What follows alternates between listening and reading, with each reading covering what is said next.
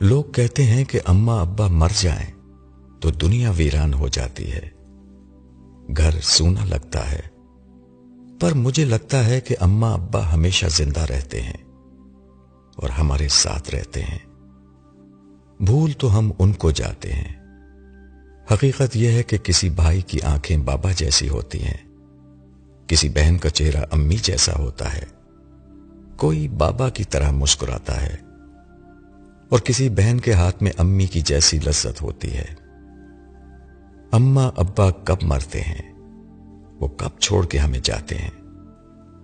اماں ابا کی پرچھائیاں تو ان کے بچوں میں پائی جاتی ہیں، وہ دنیا سے بھی جا کر ہمارے ساتھ رہتے ہیں۔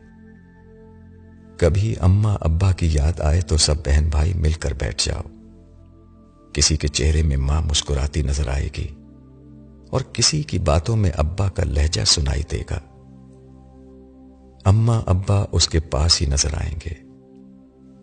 بھلا جس باغ کو اماں ابا نے اپنے خون جگر سے سینچا ہو، وہ کب اجڑ سکتا ہے؟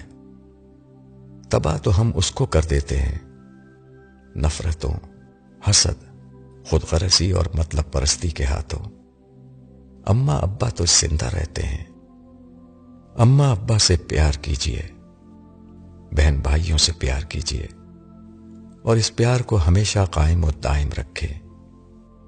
یقین جانیے، دنیا جنت بن جائے گی۔